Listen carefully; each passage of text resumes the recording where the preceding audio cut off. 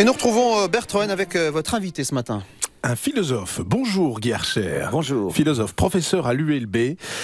On va prendre le temps avec vous de questionner le monde, ce qui se passe et qui interpelle évidemment partout en Occident pour l'instant. C'est la coalition contre l'État islamique qui se met en place à la conférence de Paris.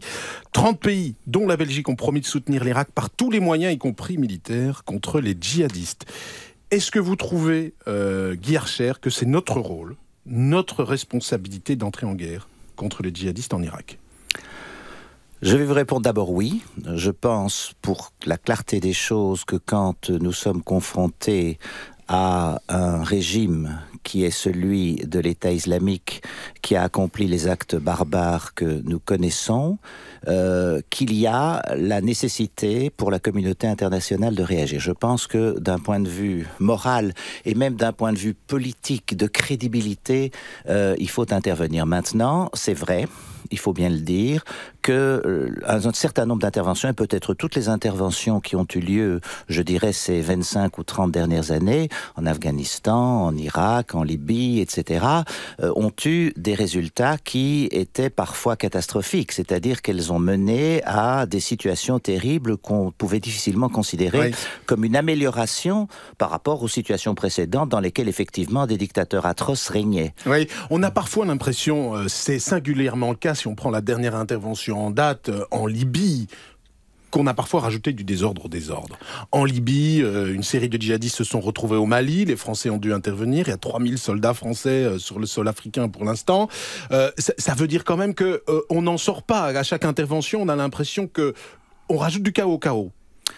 Oui, alors, quand il y a des interventions ratées, et on peut se dire aujourd'hui que l'intervention en Libye, quand on en voit les conséquences, effectivement, on se pose beaucoup de questions. Mais quand il y a des interventions ratées, ça n'est pas nécessairement un argument contre toute intervention. C'est un argument contre la manière dont ces interventions ont été faites. Et le plus difficile là-dedans, c'est bien entendu de prévoir le coup d'après, c'est-à-dire l'avenir. Parce que si on intervient dans une région en général, c'est pour améliorer la situation. Je dirais la situation des droits de l'homme et de la démocratie, aussi bien dans ces pays-là, parce qu'il faut bien savoir quand même que l'État islamique écrase les minorités, des gens qui n'y peuvent rien, des gens qui ne sont pas dans le conflit, ces minorités chrétiennes, les yézidis, etc., que donc c'est l'idée d'améliorer la situation, comme les Américains l'avaient fait quand ils sont intervenus en Afghanistan après le 11 septembre, ils ont aussi libéré peut-être un certain nombre de femmes afghanes du joug des talibans.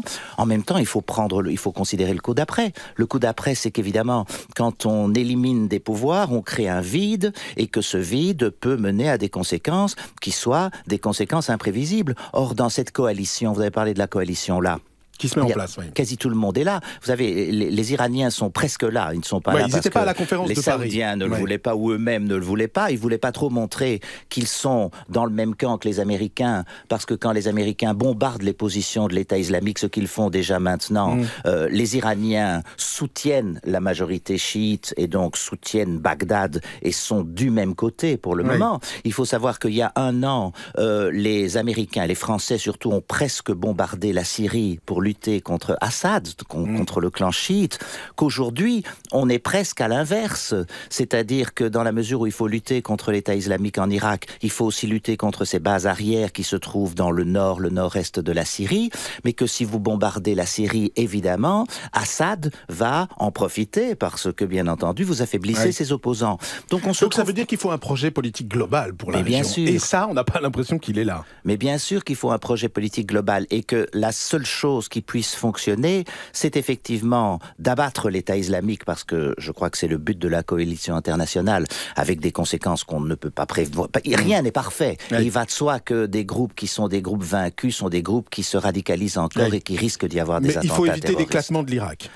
Il faut éviter l'éclatement de l'Irak, et surtout la communauté internationale, si elle doit encore exister, ne peut pas donner le signal qu'elle ne fait rien, qu'elle compose avec un régime qui se comporte d'une telle manière. Simplement, ça c'est une chose pour les opinions publiques, pour la communauté internationale, pour les valeurs de la démocratie et des droits de l'homme, c'est une chose. Mais la deuxième chose, c'est de mobiliser toutes les ressources pour réussir. Or, moi, j'ai toujours été très étonné aux États-Unis, par exemple, quand la guerre d'Irak a été lancée en 2003, ils ont toutes les ressources de connaissance du Moyen-Orient. Et donc, pour avoir des plans, pour essayer de stabiliser les choses, eh bien, on s'est aperçu que l'administration Bush s'est lancée là-dedans sans avoir un véritable plan pour le futur. Et c'est terrible. C'est terrible, comme vous le disiez, en Libye aussi.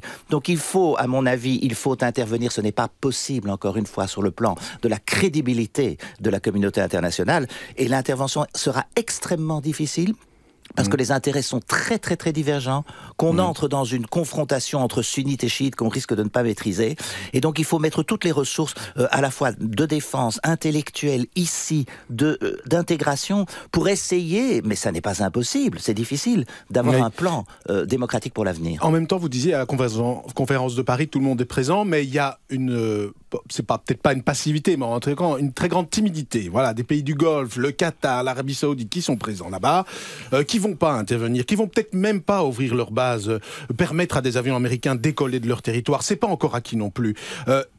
Donc c'est quand même essentiellement des Occidentaux qui vont intervenir militairement, durement aux côtés de l'armée irakienne. Est-ce que ça, c'est pas le début de ce que certains ont appelé la guerre de civilisation quand même ? J'espère que ce n'est pas une guerre de civilisation. J'espère que on peut considérer les choses de la façon suivante. C'est que l'Arabie Saoudite et ces pays-là sont des pays sunnites qui luttent pour une hégémonie et qui sont donc extrêmement méfiants de l'Iran et des ambitions iraniennes.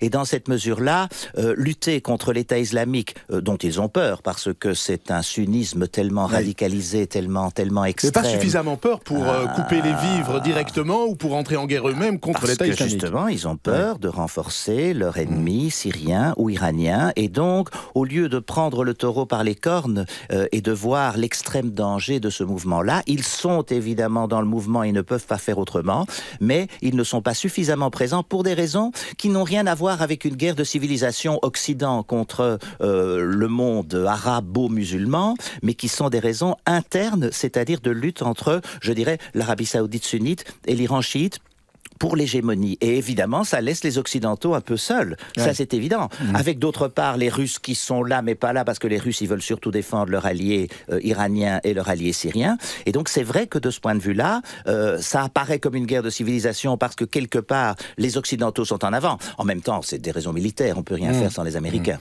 Ouais. Comment expliquer, et là, c'est une vraie question, que ce sont singulièrement les égorgements, les images terribles des égorgements qui ont ému les populations occidentales, qui ont peut-être déclenché, si pas l'intervention, en tout cas la coalition et la mise en place de la coalition comme ça. Est-ce qu'on n'est pas en train de tomber dans le piège une forme de piège tendu par les djihadistes, le piège de l'image, le piège de l'émotion suscitée dans l'opinion publique par ces égorgements-là? Non, sûrement qu'il y a un piège et sûrement que l'État islamique a un plan et qu'ils ne sont pas naïfs et qu'ils vont essayer de résister et qu'ils se disent qu'il va être très difficile sans troupes au sol, puisqu'on n'enverra pas de troupes au sol, ce qui est peut-être compréhensible, qu'il sera très difficile de les éradiquer. Et c'est vrai qu'il y a une dimension d'émotion et l'émotion est mise en scène. L'émotion est mise en scène par eux, ces exécutions horribles avec les prisonniers qui sont dans les costumes de Guantanamo, comme une réponse à Guantanamo. C'est fait pour provoquer, ça a provoqué et ça a fonctionné. Voilà. Et alors, quand on se dit ça, évidemment, on pourrait se dire, attention, ne tombons pas dans le piège. Oui. Mais on est confronté à un dilemme, tout simplement. Et il faut savoir que chaque attitude a un prix et qu'il faut choisir. Et que si on prend l'attitude de non-intervention en se disant, ne tombons pas dans le piège, non seulement on va peut-être permettre à cet État islamique de continuer à se développer, mais quel message envoyons-nous aux générations futures sur les valeurs que nous défendons depuis la guerre 40-45, l'ONU, la Déclaration des droits de l'homme, etc. Donc, il faut intervenir, mais cette intervention, elle doit être accompagnée de réflexions et d'actions qui sont considérables parce qu'il y a une considérable probabilité d'échec. Ouais, il nous reste un petit peu moins de 2 minutes. J'aimerais évoquer avec vous le retour éventuel des quelques 300-350 djihadistes belges qui sont présents dans cette région, dont certains ont été tués, certains sont déjà revenus. Qu'est-ce qu'il faut faire? Est-ce qu'on peut, par exemple, comme c'est en réflexion actuellement sur la table des négociateurs fédéraux, essayer d'interdire le retour des djihadistes en Belgique? Est-ce que ça vous semble une piste?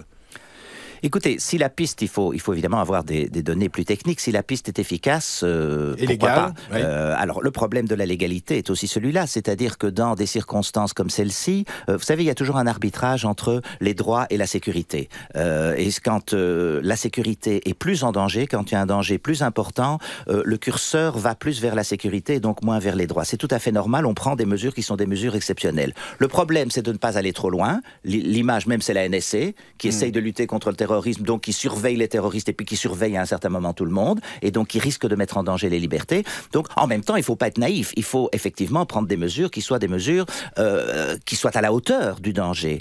Et si ces mesures-là sont à la fois respectueuses des droits, même s'il faut prendre des mesures quand même exceptionnelles, et qu'elles sont efficaces, qu'elles servent à quelque chose, il faut les prendre. Merci Guy Archer, philosophe, professeur à l'ULB, d'être venu donner vos lumières et vos éclaircissements, votre regard sur tous ces événements. J'espère que ce n'est pas une guerre de civilisation. Déclaration à l'instant de Guy Archer dans Matin Première. Guy Archer, vous restez avec nous dans ce studio dans un instant. C'est le Café Serré. Bertrand, vous restez aussi ? Voilà.